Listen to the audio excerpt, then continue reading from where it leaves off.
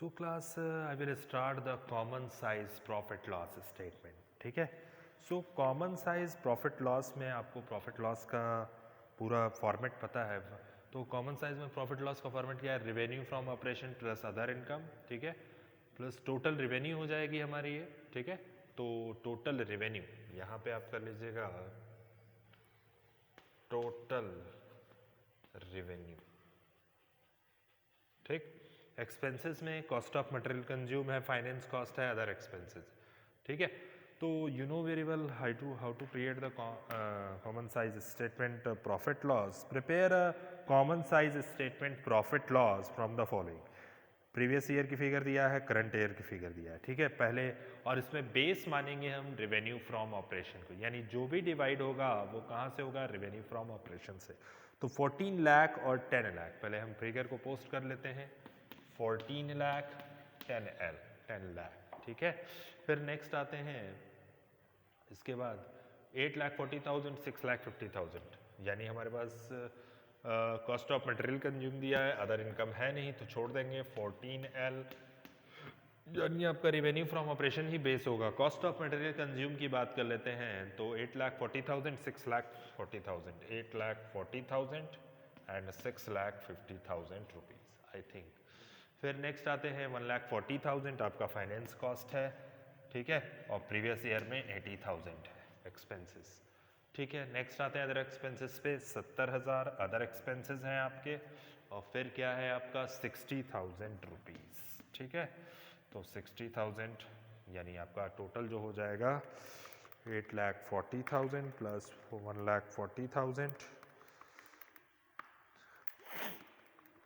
8,40,000 1,40,000 plus 70,000. तो आपके पास जो टोटल है वो 8,40,000 का है प्लस 1,40,000 का है प्लस 70,000 का है. अब हम लोग इसमें एक चीज़ देखेंगे कि कॉमन साइज स्टेटमेंट का जो प्रॉफिट एंड लॉस कल्चर है, यानी प्रॉफिट एंड लॉस का कल्चर वो कैसे होगा. टोटल एक्सपेंसेस आपको बता देते हैं कितने हैं, ठीक है. सो टोटल एक्सपेंसेस है 10,50,000 का, यहाँ से यहाँ तक का टोटल, ठीक है. ये यहाँ से यहाँ तक का टोटल है ये. फिर 6,50,000 प्लस 80,000 प्लस 60,000, तो आपका हो जाएगा 7,90,000, ठीक है. चेक कर लेते हैं क्योंकि अगर टोटल मिस्टेक हुआ तो पूरा बैलेंस मिस्टेक हो जाएगा, परसेंटेज भी मिस्टेक होगा, ठीक है. तो आते हैं बात करते हैं, यहाँ पे लिखा है percentage of revenue from operation current year, percentage of revenue from operation previous year, ठीक है. तो ये प्रीवियस ईयर कर लीजिएगा, ठीक. तो हमें करना क्या है, अब हम बेस मानते हैं रेवेन्यू फ्रॉम ऑपरेशन, ठीक है. तो यहाँ पे जो भी क्वेश्चंस प्रॉफिट लॉस में जितने भी लगेंगे वो बेस क्या रहेगा हमारा? केवल revenue from operation, previous year का प्रीवियस ईयर, करंट ईयर का करंट ईयर, ठीक. तो हम लोग देख लेते हैं 14 लाख इंटू 100, यानी आपके पास रेवेन्यू फ्रॉम ऑपरेशन 14 लाख की है. 14 lakh into 100 divided by 14 lakh, यानी कितना आ जाएगा? 100%, ठीक है.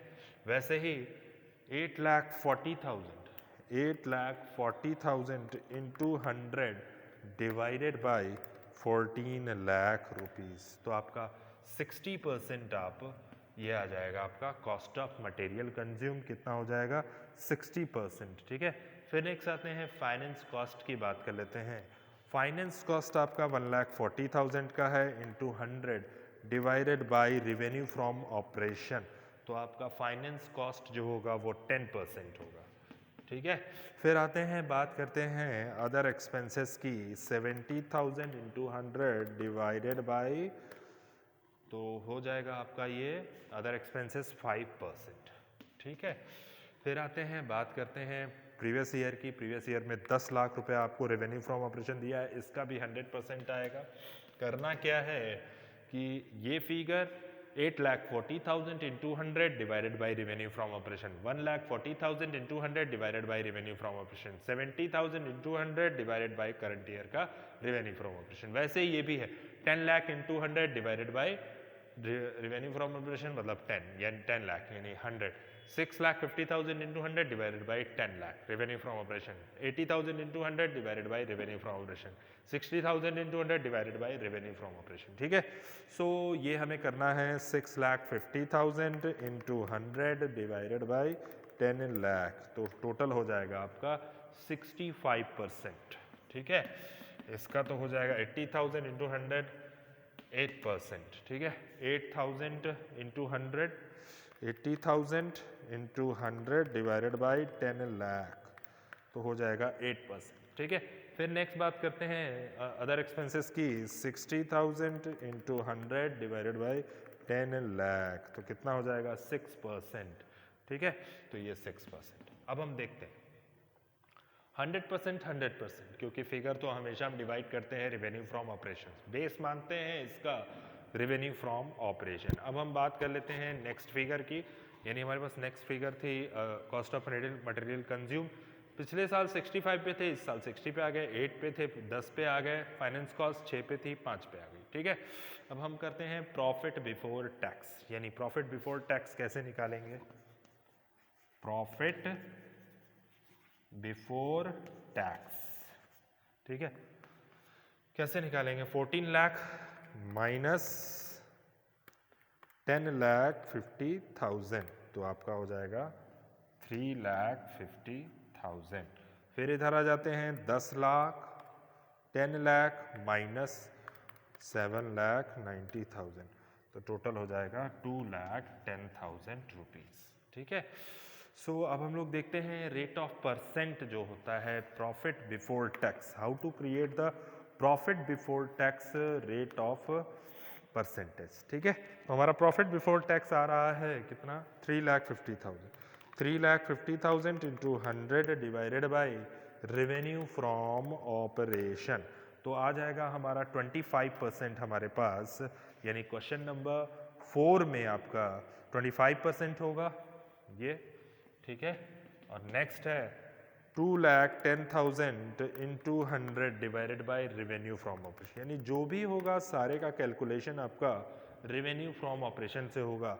तो 21% की आपकी आ जाएगी पिछले साल 21 पे थे हम प्रॉफिट पे इस साल 25% यानी 4% से हम प्लस किए हैं प्रॉफिट पे ठीक है फिर हम लोग करते क्या हैं अब हमारे पास कुछ भी नहीं बचा जो बचा था हमने टोटलिंग कर दिया अब नेक्स्ट आते हैं टोटल कर लेते हैं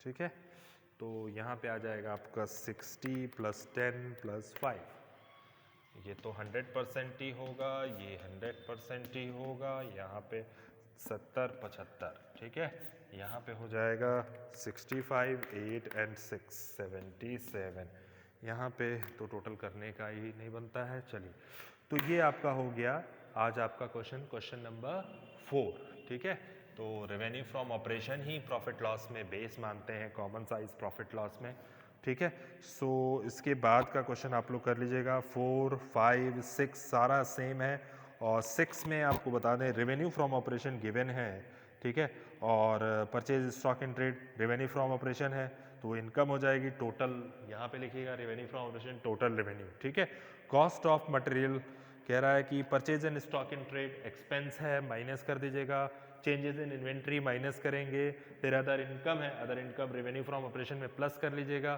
फिर उसके बाद अदर एक्सपेंसेस है तो यहाँ माइनस करेंगे लेकिन बेस क्या होगा revenue from operation total revenue हो जाएगी आपकी अदर इनकम और प्लस करने के बाद क्वेश्चन 6 में total revenue from operation plus other income तो टोटल हो जाएगा ठीक है लेकिन जो बेस मानेंगे हम किसको मानेंगे रेवेन्यू फ्रॉम ऑपरेशन को ठीक है तो ऐसे कर लीजिएगा क्वेश्चन नंबर 7 भी लग जाना चाहिए क्वेश्चन नंबर 7 में भी कुछ नहीं है ठीक है सो क्वेश्चन नंबर 7 भी चेक कर लीजिएगा आंसर्स गिवन है क्वेश्चन नंबर 8 भी सेम है और क्वेश्चन नंबर 9 भी सेम है तो एक आपका बच गया ट्रेंड एनालिसिस बहुत सिंपल क्वेश्चंस आते हैं ट्रेंड एनालिसिस से तो हम डिस्कस करने जा रहे हैं क्वेश्चन नंबर 10 पे 8 9 और आपका होमवर्क जो रहेगा क्वेश्चन नंबर 5 6 7 8 9 बहुत सिंपल है ये कर लीजिएगा फिर उसके बाद हम लोग आते हैं क्वेश्चन नंबर 10 पे ट्रेंड एनालिसिस क्या है